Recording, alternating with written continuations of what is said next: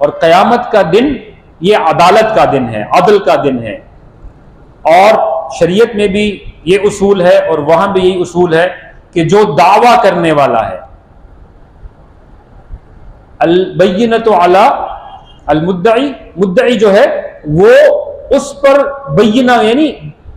گواہ پیش کرنا یہ مدعی کے ذمے ہے، اور اگر مدعی گواہ پیش نہ کر سکے تو